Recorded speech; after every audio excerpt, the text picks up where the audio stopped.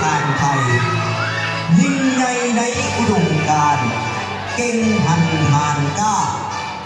นำพาปวงประสาเสื้อสาวลาวทั่วทั้งชาติ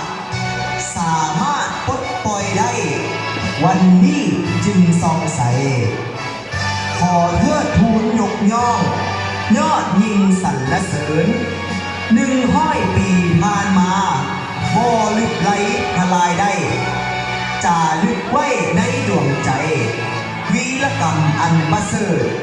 ล้ำเลิศอักทรงไทยพันมือหมื่นและดูแท่นา